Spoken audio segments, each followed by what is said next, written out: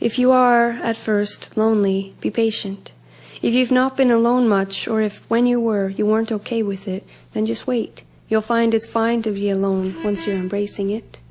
We could start with the acceptable places, the bathroom, the coffee shop, the library, where you can stall and read the paper, where you can get your caffeine fix and sit and stay there, where you can browse the stacks and smell the books. You're not supposed to talk much anyway, so it's safe there. There's also the gym.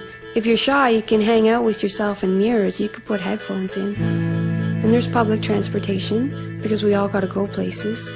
And there's prayer and meditation. No one will think less if you're hanging with your breath, seeking peace and salvation. Start simple.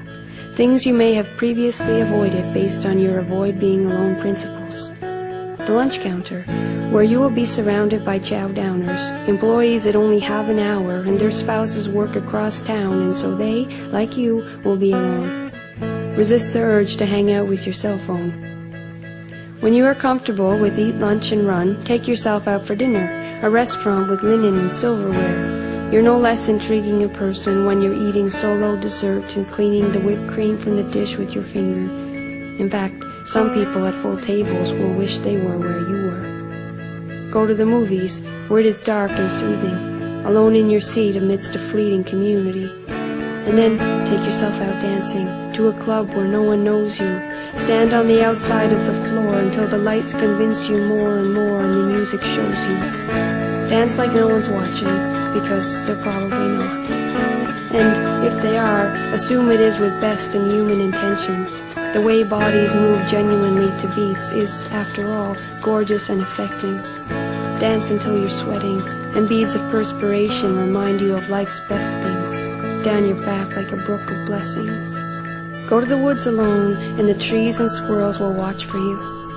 Go to an unfamiliar city, roam the streets, there are always statues to talk to, and benches made for sitting give strangers a shared existence, if only for a minute, and these moments can be so uplifting, and the conversations you get in by sitting alone on benches might have never happened had you not been there by yourself. Society is afraid of alone, though, like lonely hearts are wasting away in basements, like people must have problems if, after a while, nobody is dating them. But lonely is a freedom that breathes easy and weightless, and lonely is healing if you make it.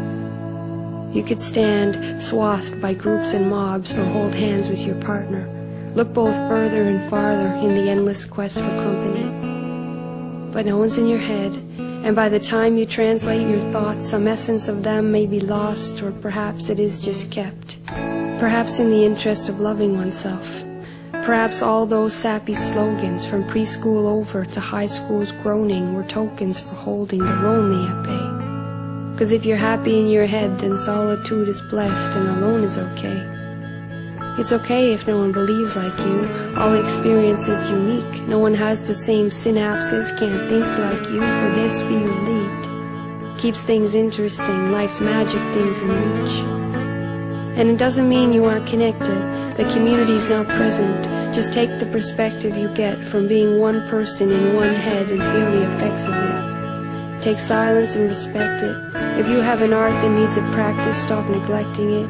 If your family doesn't get you, or a religious sect is not meant for you, don't obsess about it. You could be, in an instant, surrounded if you need it. If your heart is bleeding, make the best of it. There is heat in freezing, be a testament.